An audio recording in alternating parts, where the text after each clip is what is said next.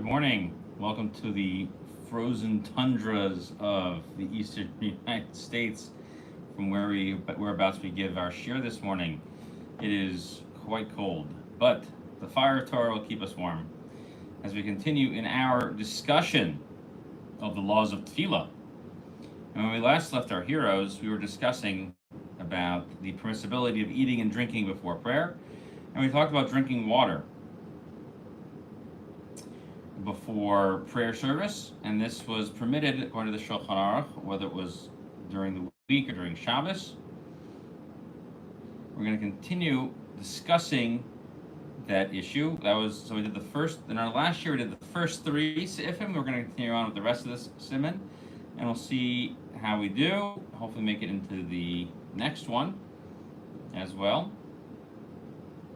We will look to make some headway into some of these halachas. These next ones are a little bit shorter. The first half of this Siman is very involved, obviously, because it's a brand new topic. As we're seeing, there is some leeway when it comes to eating and drinking. We don't want you to appear haughty. We don't want you to appear like you don't care about praying about yourself, that you approach prayer with being aloof and somewhat haughty, not in a sense of I'm approaching the king with a sense of awe and respect. So talking further about the drinking and the eating, so we say someone who is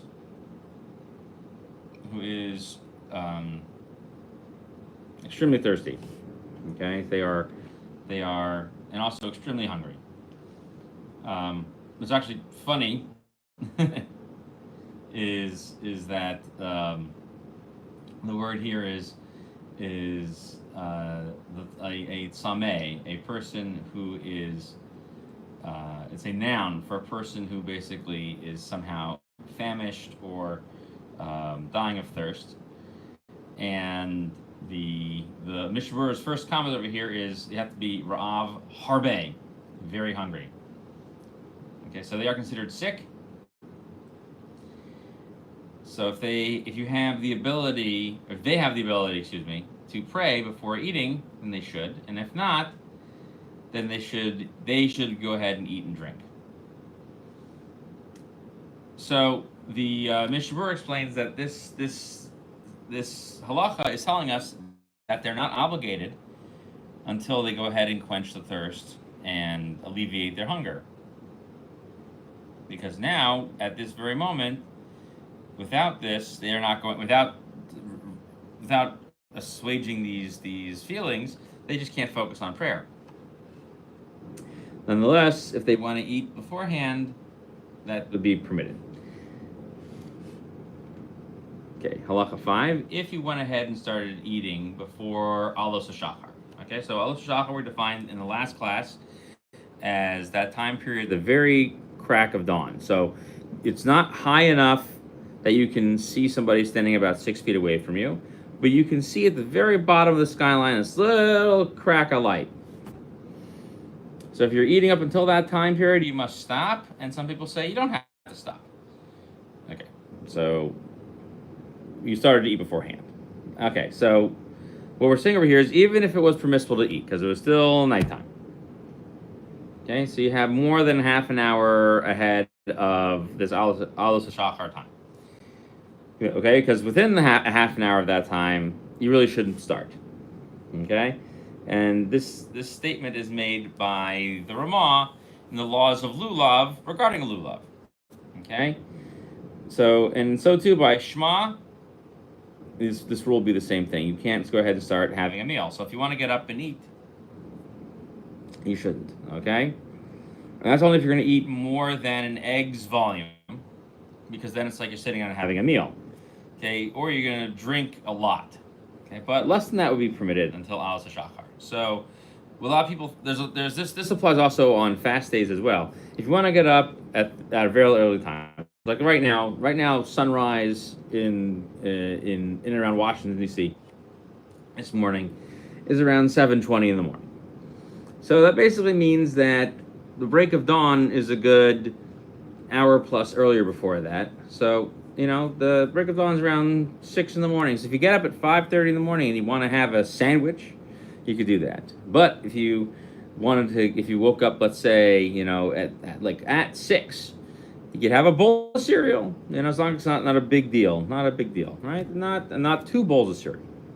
Okay. But some people say that you have to stop your meal. Okay, and when do you stop? At daybreak.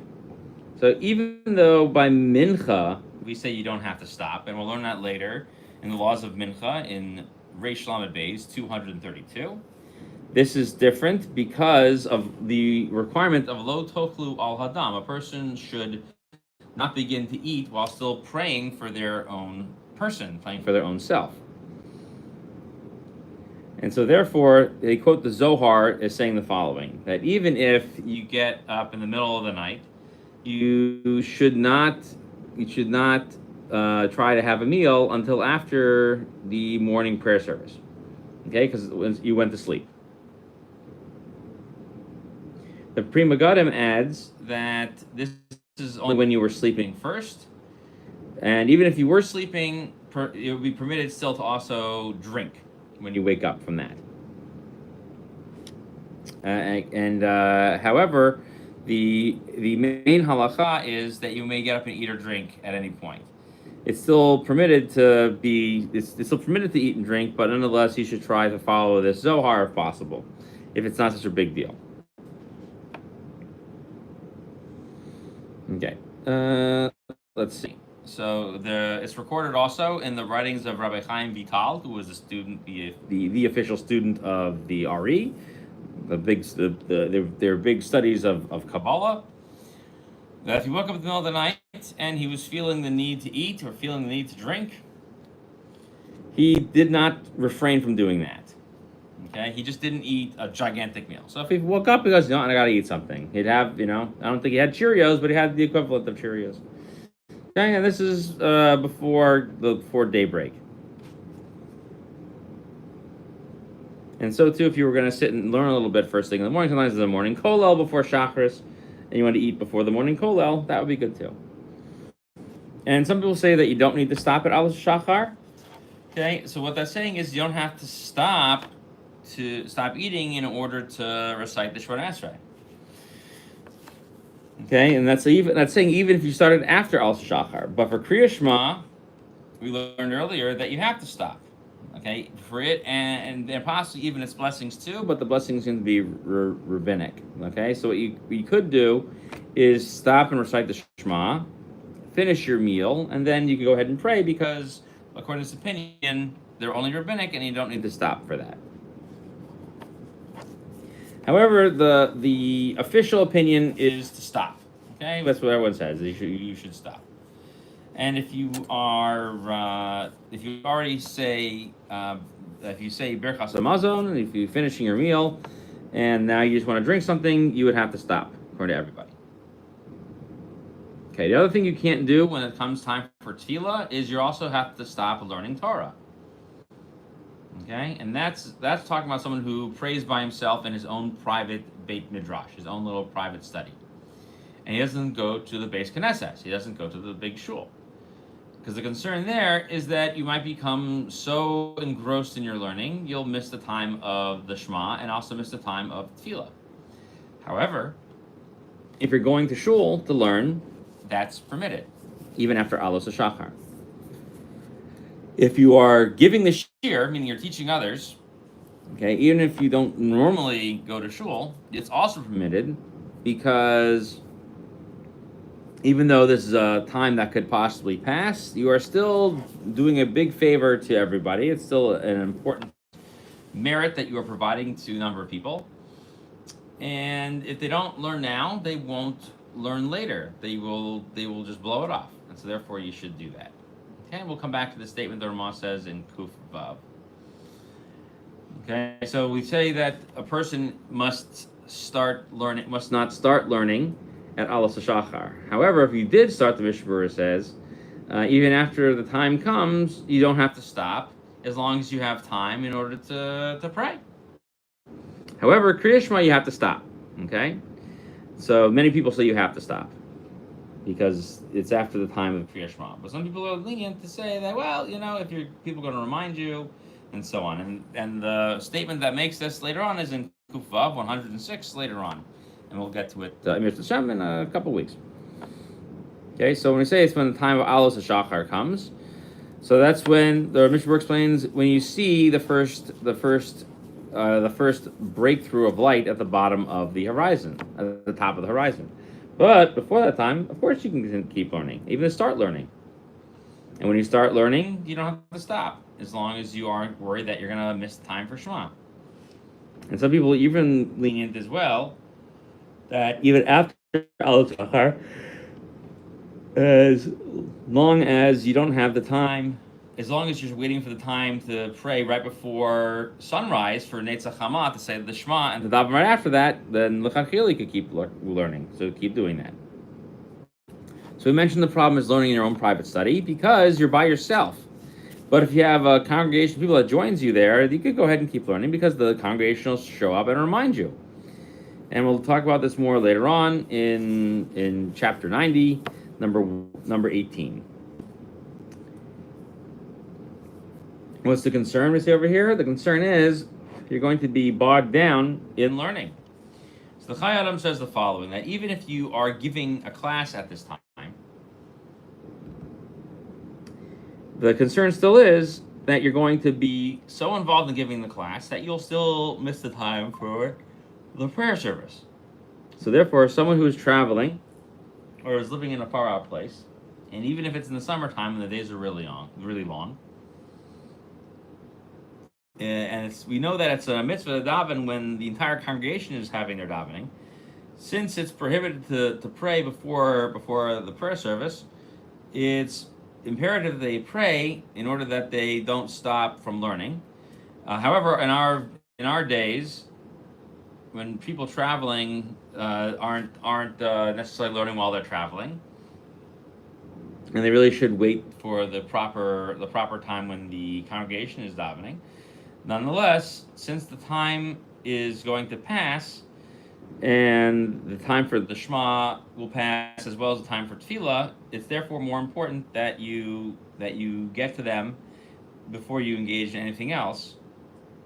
And Kol Shekain Shabbat Kol Shekain, and it's even that much more important that in places where they start the prayer service immediately after the first daybreak, that's the time that you should follow, even especially when you're traveling. Okay, so the Mishnah Berurah further says that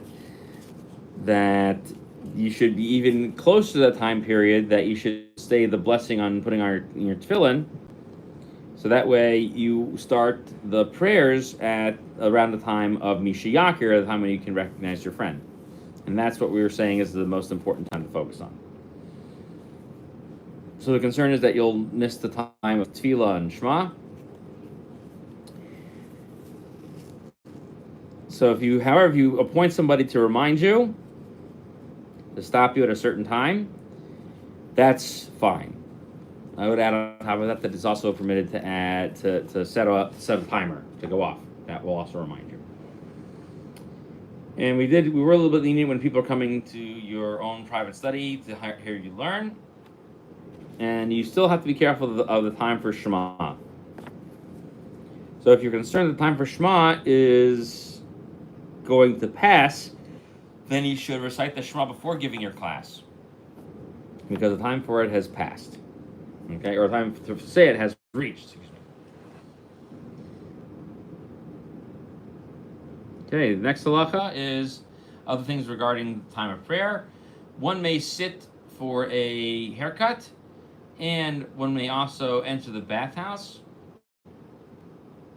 right next to the time for when Shachar is supposed to begin, because the actual prohibition was to do these things right before Mincha. And so we're not worried that if you do these things before Shachar, you're going to take a long time for them.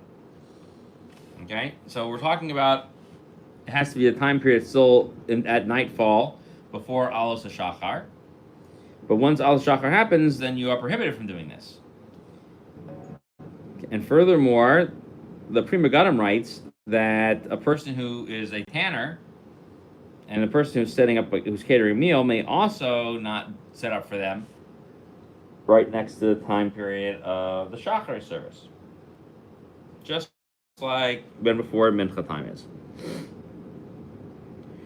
However, to go ahead and buy things for your Shabbos table on a Friday morning, that is fine, because that's considered performing the work that's needed for performing a mitzvah, and is not considered something that is done that is on your own volition. Okay, and so we say this is different than Mincha because this is the less common time. Before Mincha, it is a common time. Because most people at the Mincha time, that's when they go to do these things, like go sit in the bathhouse, okay? But not as common so much in the morning time. So therefore, the rabbis didn't make a prohibition at that time. And so therefore, those things that people tend to do by getting up early in the morning, before the break of dawn, so some people are strict that they don't start any of them that 1/2 hour before Al Shachar. But it's not really explicitly stated not to do it. And some people say that you should very least say some blessings at first, so you fulfill some obligations of prayer. Halacha 8.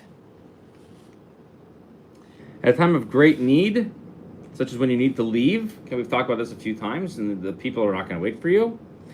You are allowed to pray at the first moment, which is Alos HaShachar, okay, the break of dawn. And you should refrain from reciting the Shema until its proper time has arrived, okay, which is the time of Misha Yakir Es Chavero, one who recognizes their friend standing about 6 feet away.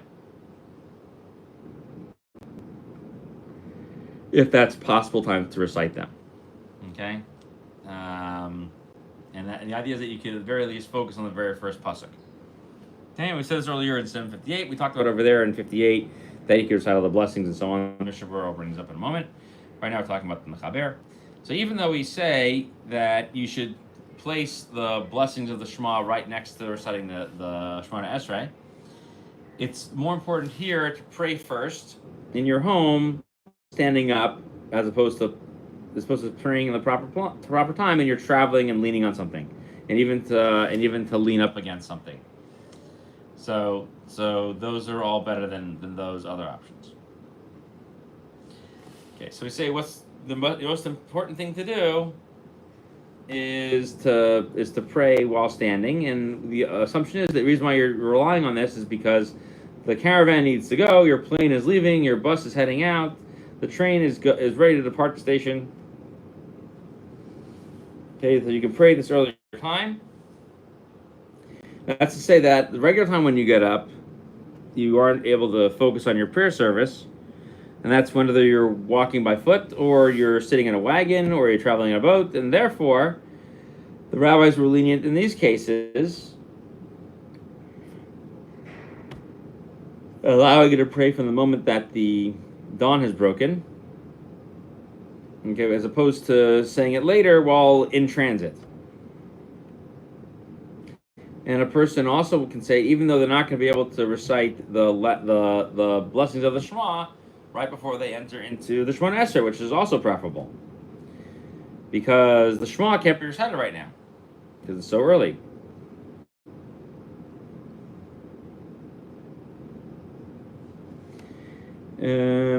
Okay, so we say that the time period to start this is the time period of the break of dawn. So many people open that the very bottom edge of the eastern sky above sea level is when the little bit of light escapes to there. That is the proper time to begin the prayers, okay, for Shemona Esrei. And so too, if you want to recite the blessing for tefillin, okay, for tzitzit as well,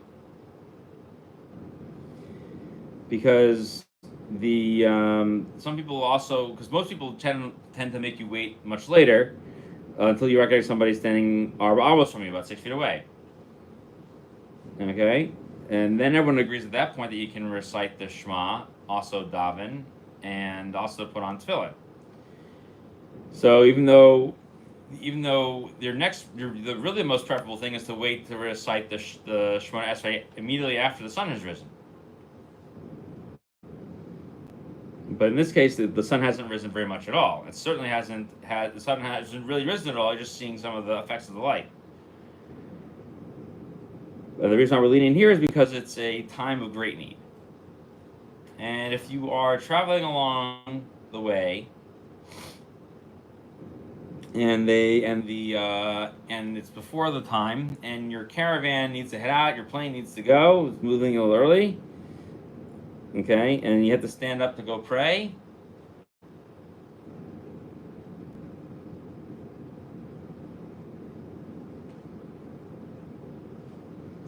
And so the proper thing to do is, in a case like that, is to make an estimate how much time you would need to recite the Pesukei Zimra and the morning blessings without tefillin on before you leave on the path, and then you'll recite the blessings later on with them without your tefillin. Okay, or the other option is you put on your tefillin without a blessing, and then when you finish it all up and the proper time has arrived, meaning the Shiyakir Skavero, then you can say the blessing on the tefillin.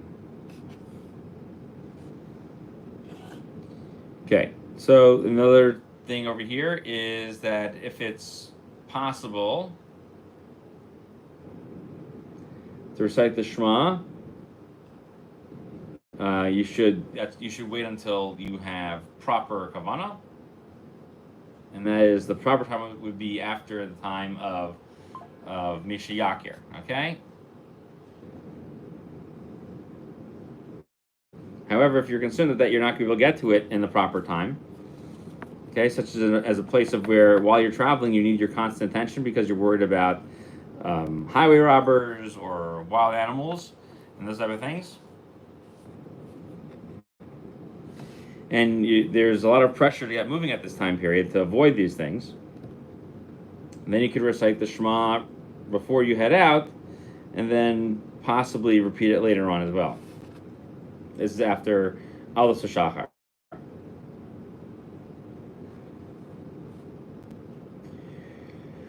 And we're saying this is still, and we say at the end of this that it's preferable to stay home and stand up to pray than it is to pray later and be musmach tefillah, but be laying down. Okay, to put the blessings of the Shema right next to the blessings of the Shemona Esrei. Okay, so we hold like the opinions that hold that it's more important to put Gula and Tefillah next to each other, to take the blessings of the Shema and put them immediately next to Shemona Esrei. So therefore, in our proper code is not like the Shulchan Aruch rules, but we say you should pray while you're on the path, even if it's sitting down. Okay, because it's preferable to say these things in the proper order. It's also important to take note of that when one is traveling and they're concerned that the time of Shema is going to pass, then you should say Kriya Shema by itself without any of the blessings. And when you arrive at your destination, you should recite it there. Okay, and recite the blessings with it as well. And you should also do Smichas Gula Tefillah. You should also say the Shemona Esrei right next to all the blessings.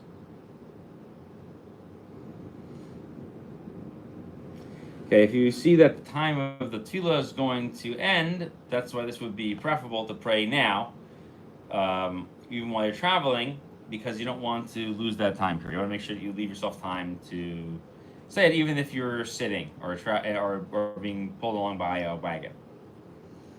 Someone who's traveling at night, and you'll arrive at your destination that night, you should pray Mariv at night. And you shouldn't pray while you're traveling on your path, unless you're concerned that when you get there you're going to fall asleep and forget to recite the Shema and its blessings.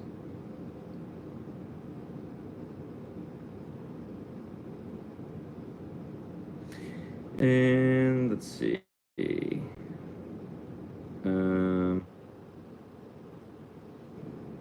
Yeah, so it's also important that you find a place to sit where people in the house are also not going to bother you as well. Okay, so with this, we conclude the laws of tefillah, the beginning of the laws of tefillah.